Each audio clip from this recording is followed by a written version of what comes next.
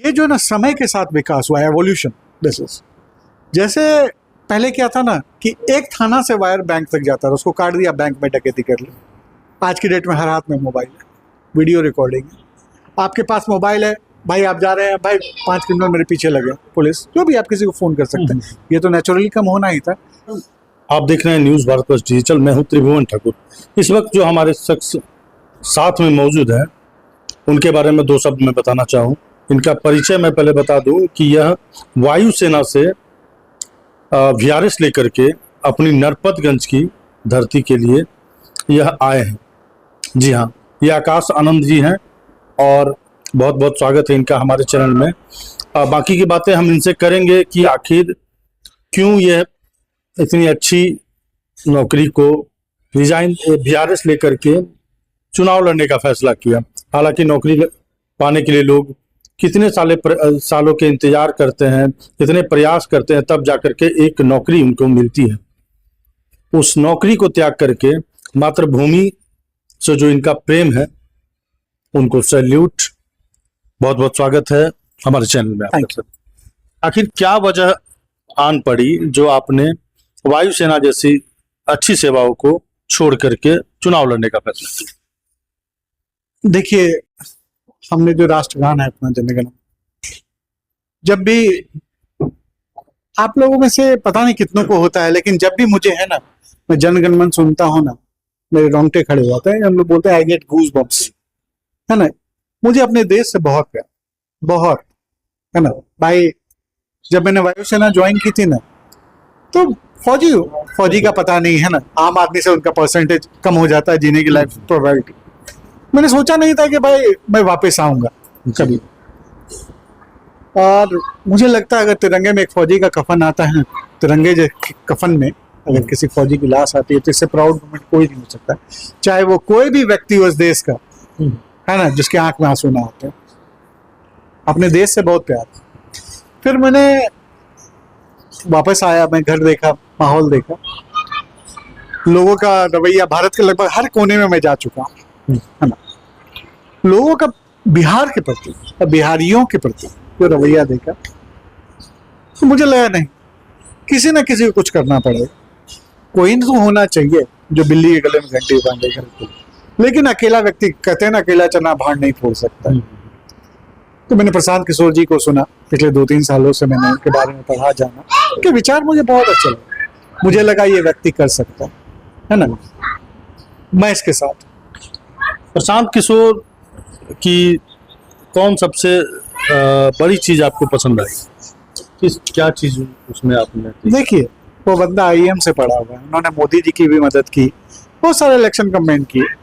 पैसा वो जितना कहेंगे वो कमा सकते हैं, है ना। पैसे की उसकी हवस नहीं है, पावर में वो तो ही, है ना। किसी भी प्राइवेट कंपनी में भी जॉब करते तो अच्छी खासी उनकी ये होती। ये व्यक्ति है ना, मेरे लिए, मेरी नजर से देखा जाए तो आने वाले बिहार का जनक होगा ये, है ना। मैं अभी उस व्यक्ति को आदरणीय कह के संबोधित कर रहा हूं, लेकिन अगर प्रशांत किशोर, जो भी उनका चुनावी मुद्दा है, उन्होंने अगर उसका 50% भी कर दिया, तो ये आज जो कल इतिहास बनेगा, यह व्यक्ति अगर पूजनीय ना लिखा गया तो फिर, है ना, ऐसे व्यक्ति का ये नहीं कह सकते। बट जो इन्होंने मुद्दा उठाया है, ये व्यक्ति वाकई में भविष्य इसको याद रखेगा। आपके विधानसभा क्षेत्र में एनडीए के विधायक हैं और उनके द्वारा जो 5 साल बीतने वाला है, उस दरमियान क्या क्या विकास हुआ है, कुछ बता पाएंगे? जी, जो पुराने विधायक थे, पूर्व दरोगा रहे, शायद प्रमोटेड होकर डीएसपी बने, है ना। तो आप समझ सकते हैं कि पिछले 5 सालों में आधी से ज्यादा जितने व्यक्ति से मैं मिला, जितने लोगों से मैं अपने प्रचार वगैरह के लिए ना, प्रशांत किशोर के लिए जहाँ नहीं जाता हूँ, जनसुराज के लिए, मैक्सिमम लोग उसको पहचानते नहीं, जानते नहीं, सिर्फ जानते हैं जेपी यादव करके कोई विधायक है ना। और उन्होंने पिछले 5 सालों में मेरी नजर में कोई ऐसा काम नहीं किया है कि उनको वापस, है ना, विधायक जनता चुने।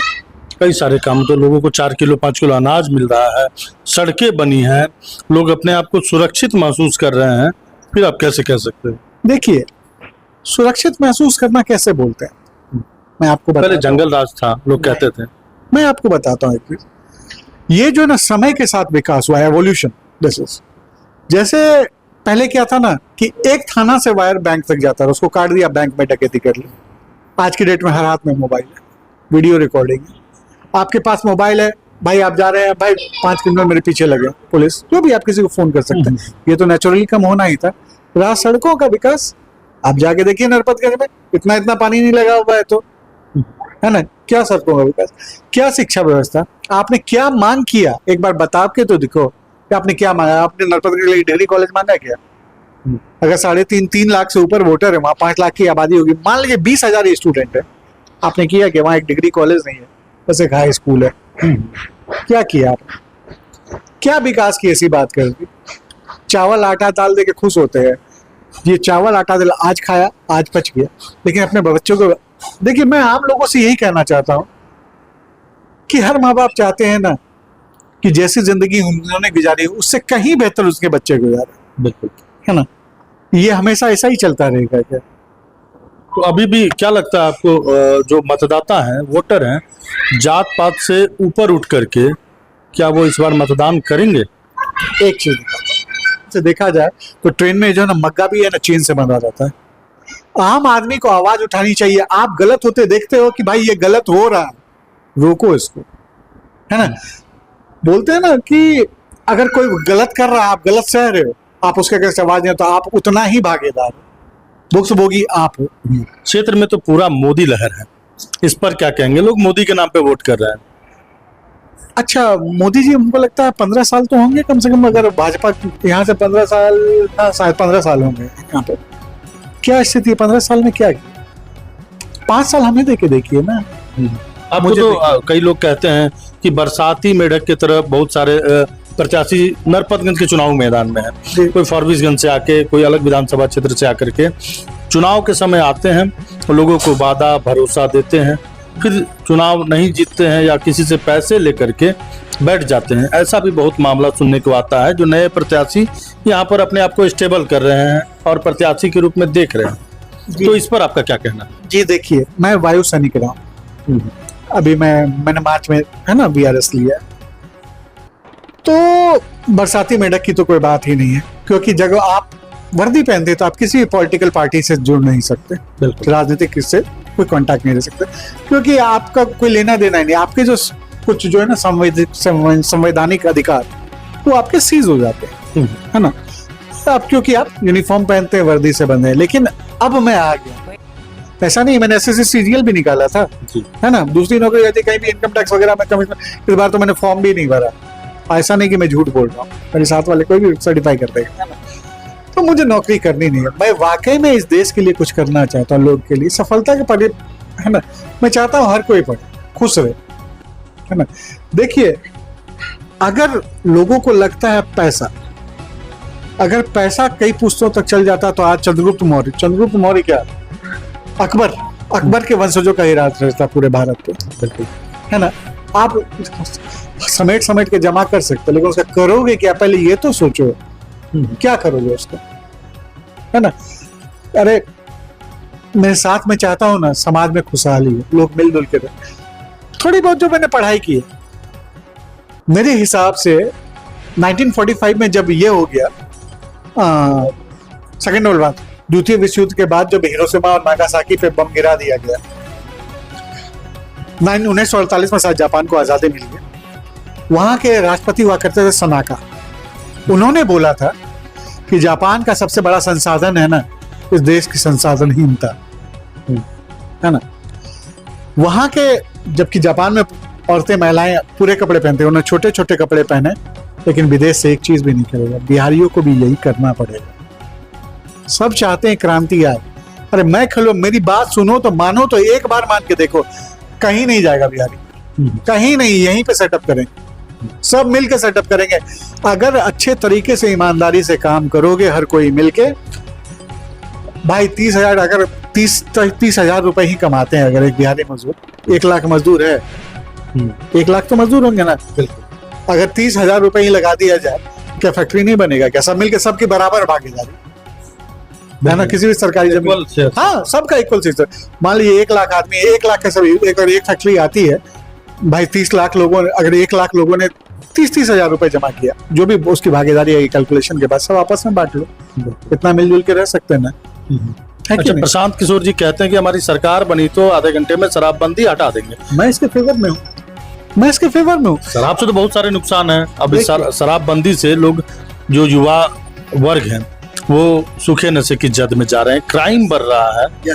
तो इस पर क्या ये कहना चीज है, शराब पीना तक सही है। देखिए, मैं मानता हूँ कुछ एक सामाजिक असामाजिक तत्व होते हैं जो पी पा के नखरा करते हैं, रोड पे हो करते हैं, लेकिन क्या शराब नहीं मिल रही है बिहार में? कहाँ मिल रही है, बहुत जगह मिल रही है, खुलेआम मिल रही है ना? आप फोन कीजिए, मिल जाएगा। मैं देखिए, मैं वायु सैनिक रहा हूँ तो मैं समझ रहा हूँ इस चीज को। मैं कभी कभी आता हूँ, लोग मुझे बताते हैं शराब मिल रही है, लेकिन आप सोचिए लोग शराब ही पियेंगे, कम से कम स्मैक तो नहीं पियेंगे।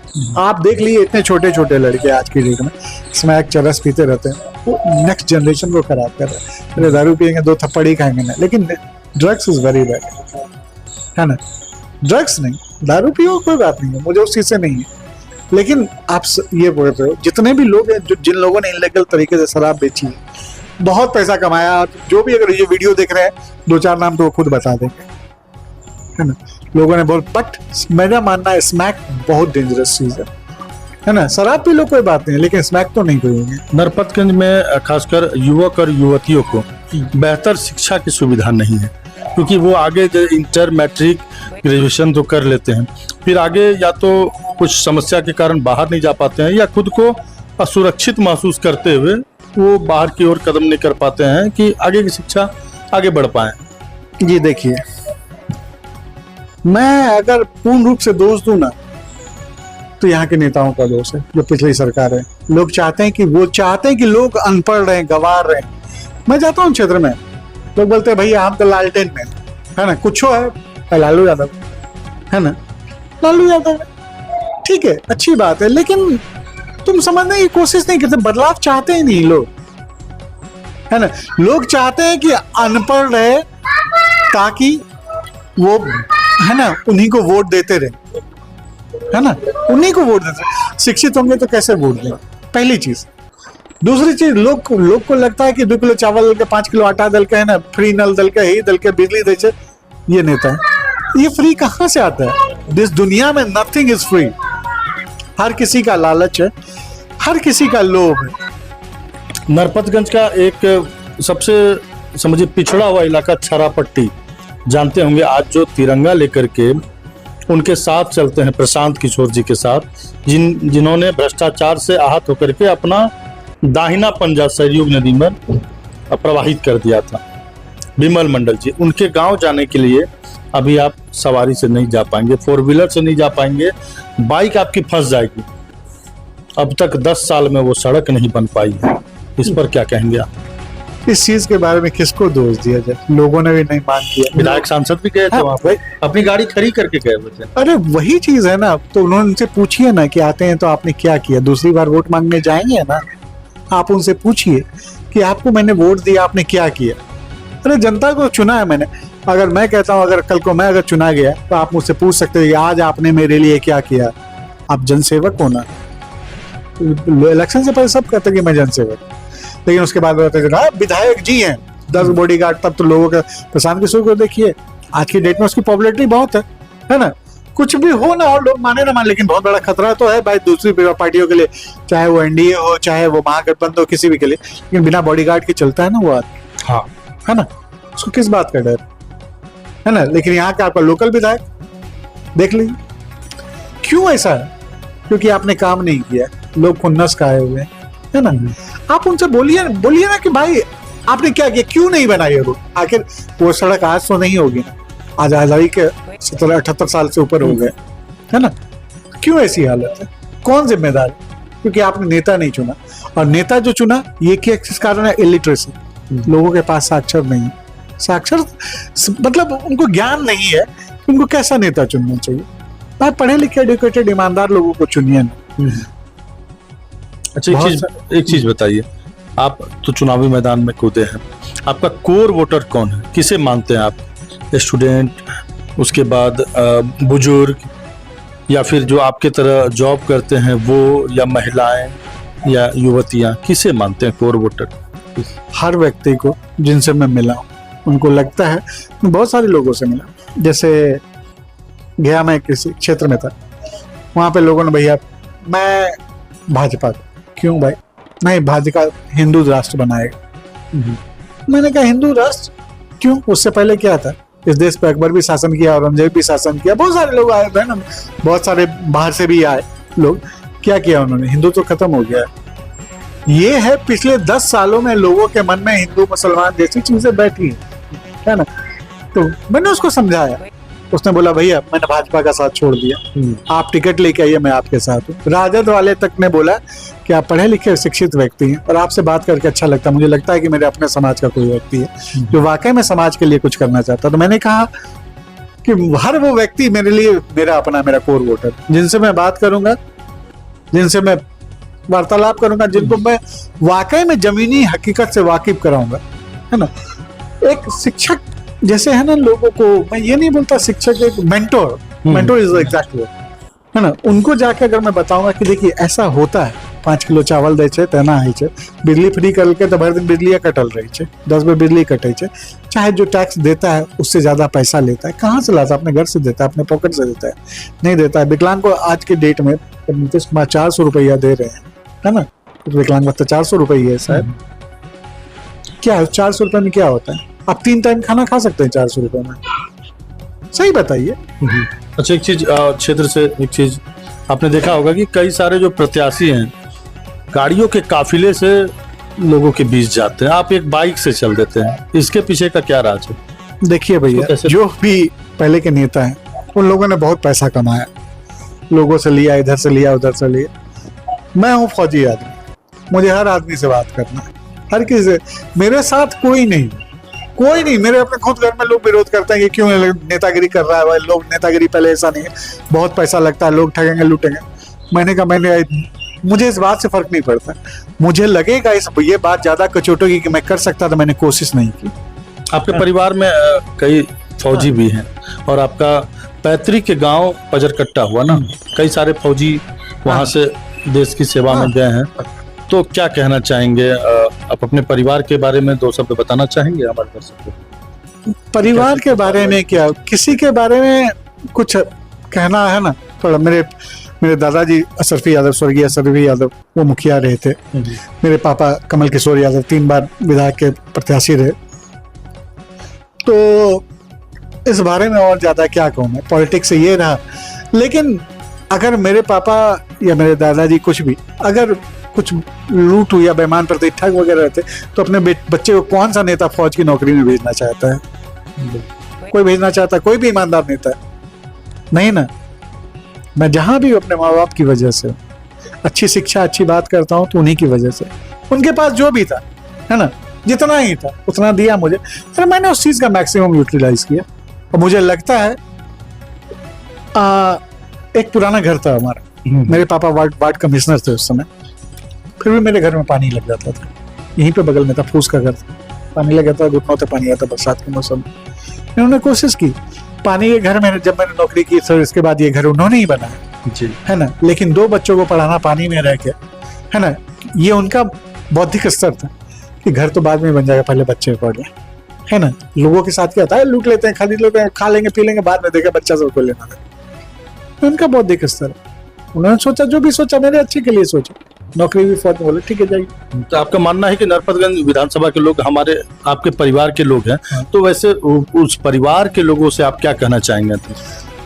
देखिए, मैं अपने परिवार के लोगों के लिए ये कहना चाहूंगा, मैंने एक बार सोच लिया, फौजी हूँ, बहुत जिद्दी, मुझे विकास करना है, करना है।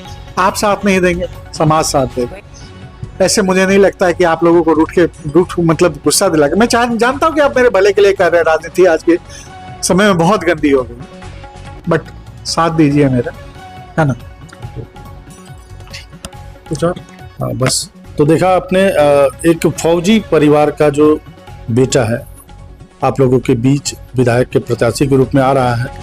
अब देखना यह दिलचस्प होगा चुनाव के बाद कि किसकी सरकार बनती है, कौन विधायक बनता है नरपतगंज का और कौन तारनहार बनता है इन सारी समस्याओं का। धन्यवाद।